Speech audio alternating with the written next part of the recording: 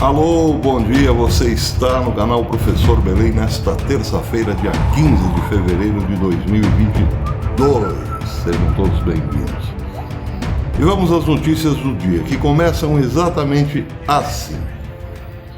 Lá, lá, lá, lá, lá, lá, não estou te ouvindo. Lá, lá, lá, lá, lá, lá, não estou te ouvindo. Agora esse professor endoidou de vez, não é mesmo? Bem, essa cantilena, que parece muito engraçadinha na voz de crianças inocentes a brincar, e soa um tanto quanto ridícula na voz de um sujeito já meio velho e barbado, imaginem o quão mais ridículo quando se refere à atitude da velha mídia norte-americana.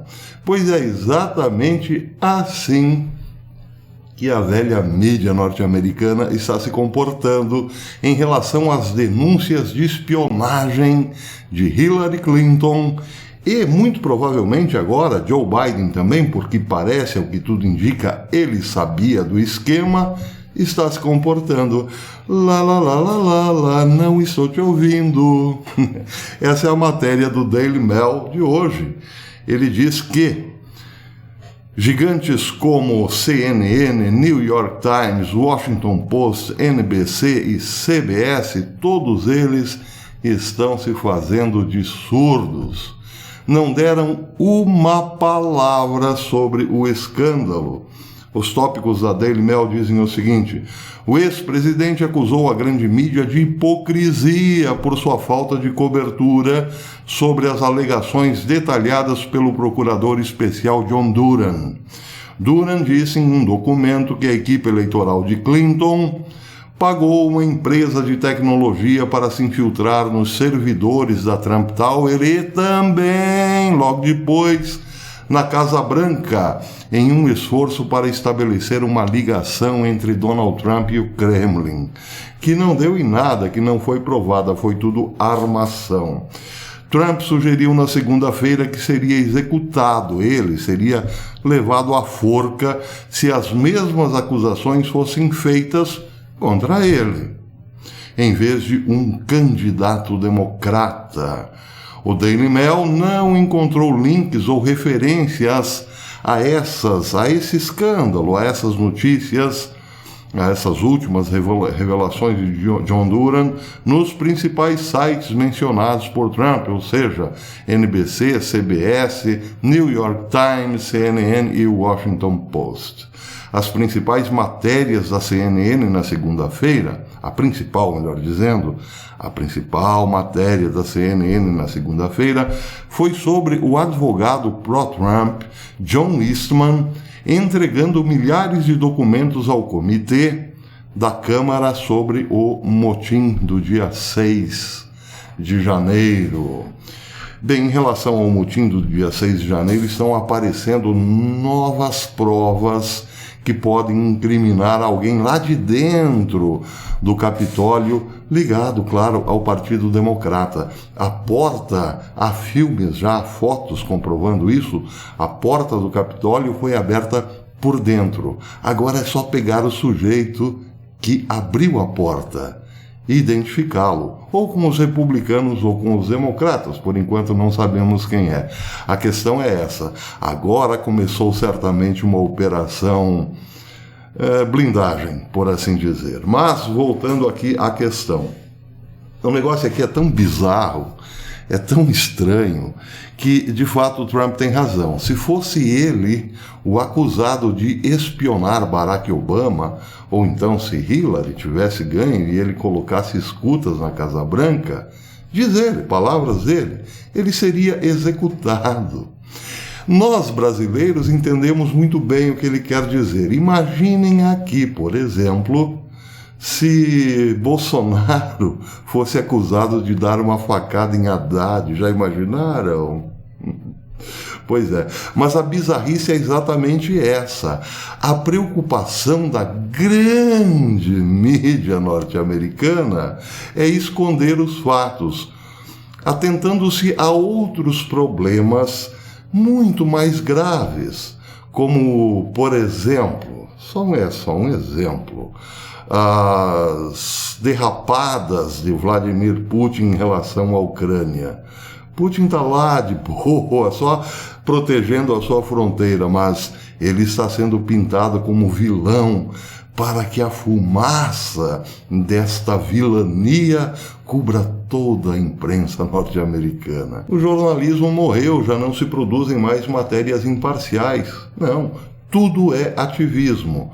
Só que é uma batalha desigual, é uma guerra assimétrica, porque a grande mídia, toda ela, está na mão de meia dúzia de famílias, se tanto, todas elas unidinhas para colocar pessoas sem nenhum apelo popular nos próximos governos que virão por aí, e tentando trazer ou demonizar os adversários, gente como Bolsonaro, Trump, todo mundo já sabe disso.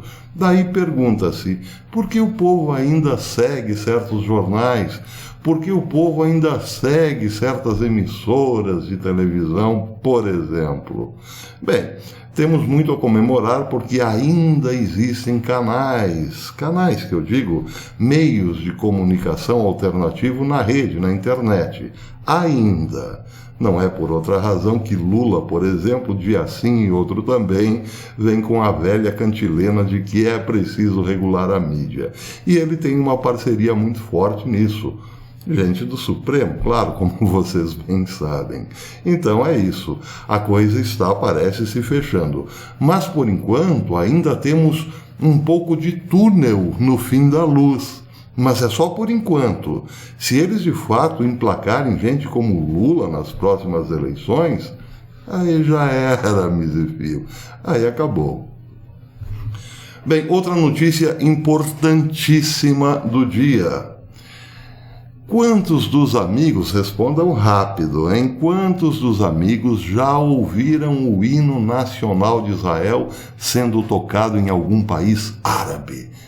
Tcharam! Dou-lhe uma, dou-lhe duas, dou-lhe três. Claro que ninguém nunca ouviu.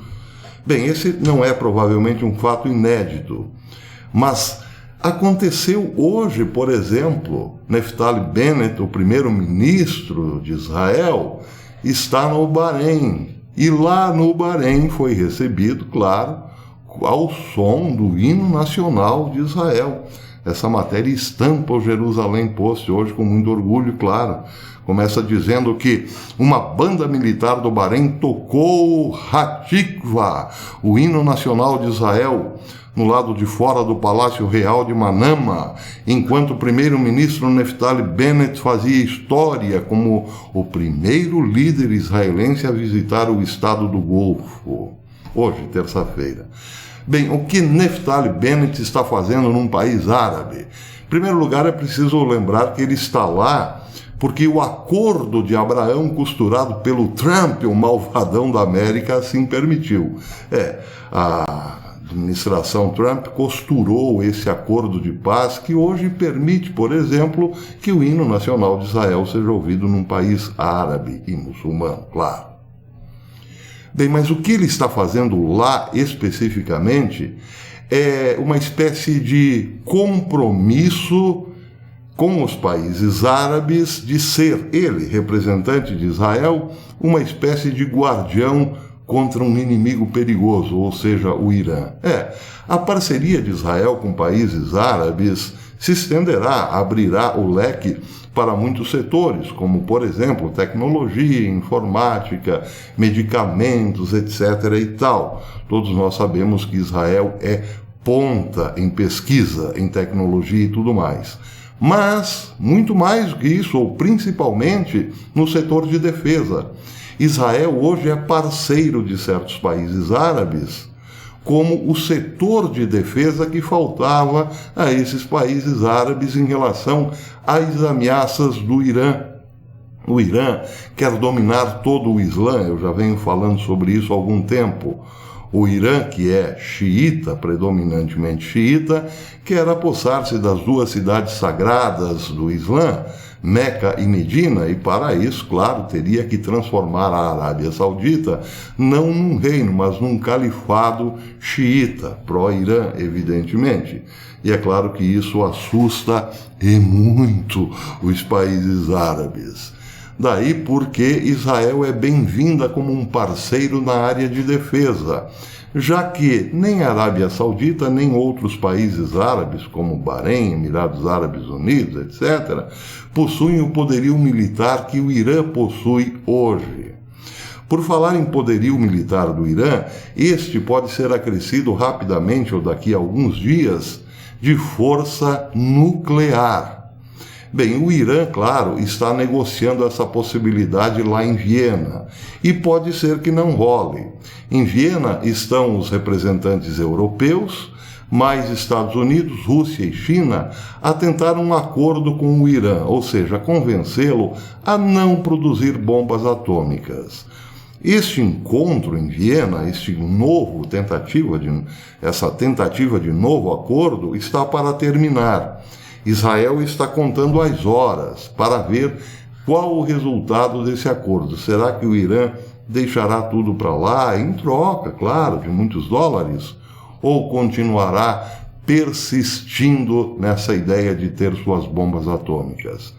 Bem, o tenente-general Tomer Bar, da Força Aérea de Israel, disse literalmente o seguinte: se o Irã não desistir desta maligna intenção de possuir bombas atômicas para atacar Israel, a Força Aérea de Israel, ele disse isso textualmente, a Força Aérea de Israel está pronta para atacar o Irã amanhã. Ou seja, a Força Aérea, as forças militares de Israel, o Exército, a Marinha e a Aeronáutica estão sim em clima de tensão. O primeiro-ministro Naftali Bennett, portanto, tem uma missão hoje muito importante no Bahrein: dar segurança aos países árabes de que, se o Irã de fato seguir adiante com o seu projeto nuclear, Israel atacará o Irã. É por isso que Naftali Bennett está hoje no Bahrein. Ele está afirmando, sim, que Israel tem um compromisso de atuar na defesa do seu próprio território, claro, mas também na defesa dos países árabes. E aí levanta-se uma questão importante. Israel estaria disposto a agir sozinho num ataque contra o Irã? Sim. Essa é a questão. O compromisso hoje de Israel, não só com o seu próprio território, mas com os países árabes, é mostrar aos países árabes que Israel não está atrelado aos Estados Unidos, nem à Rússia, nem à China, em relação à sua própria defesa ou em relação ao seu direito de existir. E agora colocando nesse mesmo barco também o direito de países árabes à existência. Israel está assumindo neste momento o protagonismo da defesa de praticamente todo o Oriente Médio. Repito, é por isso que Naftali Bennett está no Bahrein. Não é só para negociar acordos futuros em tecnologia, medicamentos e tudo mais. É para assumir a posição de protagonista no Oriente Médio. Outra questão que surge daí. Bem, se o Irã então anunciar que não está no acordo e que continuará enriquecendo urânio para a produção de armas atômicas, Israel se vê comprometido ao que exatamente? Bem, como disse o Major-General Tomer, a atacar o Irã. E aí, claro, a inevitável pergunta: o que acontecerá se Israel atacar solitariamente o Irã? Bem, uma consultoria israelense chamada Wikistrat fez uma simulação, um estudo de uma semana, de 24 a 31 de janeiro, para responder essa pergunta. Estudou, por exemplo, diz o Jerusalem Post, como um ataque israelense impactaria a credibilidade na região. A simulação concentrou-se nos 5 atores que foram considerados os mais significativos na região do Golfo: o Irã, evidentemente, a Arábia Saudita, Estados Unidos, China e Rússia. A simulação incluiu 31 especialistas de 13 países e concentrou-se em 3 cenários, ou seja, em 3 perguntas. O que aconteceria depois de um ataque israelense bem-sucedido ao Irã? Ou então, o que aconteceria depois de um ataque fracassado ao Irã?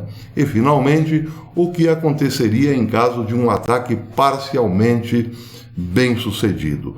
O Jerusalém Post, a bem verdade, não conseguiu responder de modo satisfatório a essas 3 perguntas, porque a própria agência pesquisadora não o fez. E entende-se, é muito difícil imaginar o resultado desses 3 cenários. Mas o importante aqui é percebermos esses 3 cenários. Em caso de um ataque bem-sucedido de Israel ao Irã, o que isso produziria? Para alguns analistas, o resultado imediato seria uma confiança maior dos países árabes em relação à liderança de Israel no sistema de defesa do Oriente Médio. Nesse caso, leia-se a Arábia Saudita. A Arábia Saudita, que ainda tem um pé atrás em relação a Israel, estaria mais tranquila quanto às ameaças do seu inimigo maior, o Irã, e faria, portanto, novas aberturas, ou então reais aberturas num bom relacionamento com Israel. Esse seria um primeiro cenário. A Arábia Saudita se sentiria protegida e não precisaria depender mais tanto assim dos Estados Unidos, que hoje pode ser favorável, amanhã pode não, como é o caso atual. Os Estados Unidos de Joe Biden não inspiram nenhuma confiança nos reis sauditas. Então, por incrível que pareça, se Israel atacasse, lançasse um ataque muito bem sucedido contra o Irã, aniquilando toda e qualquer pretensão iraniana de possuir bombas atômicas agora e no futuro, a Arábia Saudita estaria de boa, pois estaria na sombra da árvore israelense. Essa é uma possibilidade. Agora, a possibilidade de um ataque mal sucedido poderia criar o efeito contrário. Os países árabes que hoje estão dando prioridade a Israel no sistema de defesa do Oriente Médio se sentiriam ou traídos, ou então ainda mais desconfiados do poderio de Israel, e poderiam virar-lhe as costas, procurando alternativas em sistema de defesa, ou nos Estados Unidos, ou na própria Rússia, ou quem sabe na própria China. E aí, virando as costas para Israel, claro, fomentaria novamente o discurso de ódio dos países árabes em relação a Israel, que não seria nada bom. Negócios poderiam ser desfeitos, a desconfiança aumentaria e, claro, aumentariam também, por que não dizer, atentados terroristas contra Israel. Essa é uma possibilidade. Agora, a possibilidade mais estranha seria de um ataque mais ou menos bem-sucedido, ou relativamente bem-sucedido de Israel. Esse seria o pior cenário.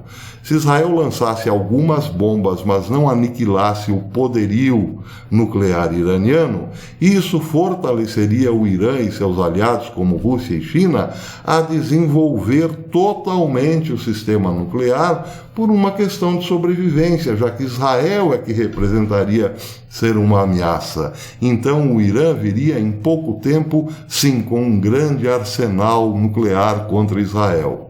Essa é uma possibilidade.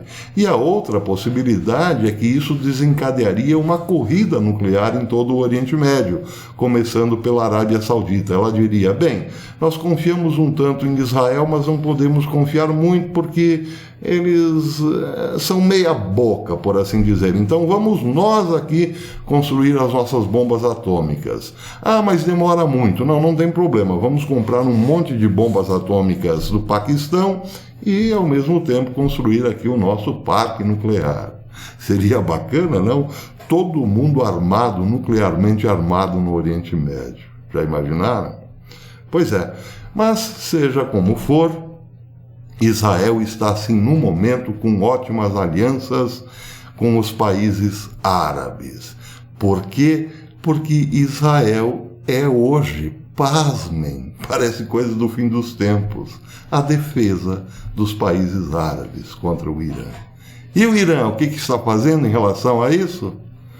Lá, lá, lá, lá, lá, lá, não estou ouvindo, lá, lá, lá, lá, lá, lá.